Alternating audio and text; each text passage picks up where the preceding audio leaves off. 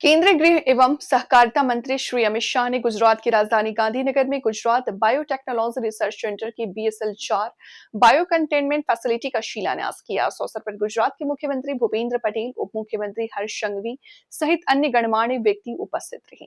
कार्यक्रम को संबोधित करते हुए केंद्रीय गृह एवं सहकारिता मंत्री श्री अमित शाह ने कहा,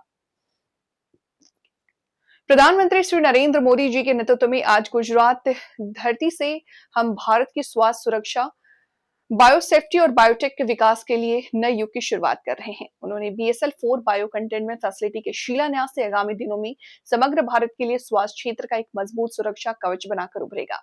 उन्होंने कहा कि यह पहल प्रधानमंत्री मोदी जी इस विजन पर आधारित है कि विज्ञान और प्रौद्योगिकी केवल रिसर्च और डेवलपमेंट तक सीमित न रहे, बल्कि राष्ट्र के समग्र विकास का आधार स्तंभ बने।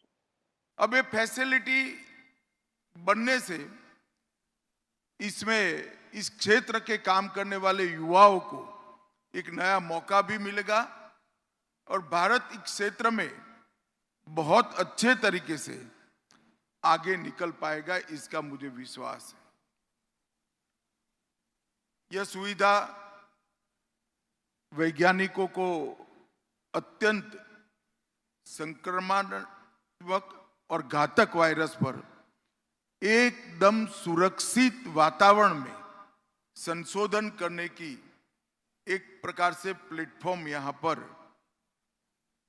उपलब्ध होगा और यहां पर दुनिया भर की अच्छे से अच्छी BSL-4 लैब का स्टडी कर ये इंफ्रास्ट्रक्चर बनाया गया है। सिर्फ मानवीयों के लिए नहीं, पशुओं से होकर मानवी तक पहुंचने वाले रोगों का भी अध्ययन करने की ये विश्व स्तरीय व्यवस्था यहां पर होगी। एक अध्ययन है कि 60 से 70% नई बीमारियां पशु से होकर इंसान तक पहुंचती है। इसलिए भारत सरकार ने वन हेल्थ मिशन से मानव और पशु दोनों की सुरक्षा सुनिश्चित करने का कार्यक्रम हाथ में लिया है। यही कार्यक्रम का एक अगला स्टेज है। अब हमारे वैज्ञानिकों को खतरनाक वायरस के सैंपल जांचने के लिए विदेश पर निर्भर नहीं रहना पड़ेगा और स्वाभाविक है, विदेश पर निर्भर नहीं रहेंगे तो इसकी जांच में तेजी भी आएगी और हम आत्मनिर्भर भी होंगे। मैं गुजरात की बात करूं तो हमने चांदीपुरा वायरस और लंपी स्किन डिसीज का प्रकोप हमने देखा है। ये बीमारियों ने एक प्रकार से हमें चेतावनी दी है कि BSL-3 से भी उच्च स्तरीय सुविधाओं की सख्त जरूरत है। आज ये BSL-4 लैब वो सभी सुविधाओं की पूर्ति करेगी, इसका मुझे पूरा विश्वास है और आनंद भी है। ये काम चलाऊ टेम्पररी सुरक्षा हमारा लक्ष्य नहीं है।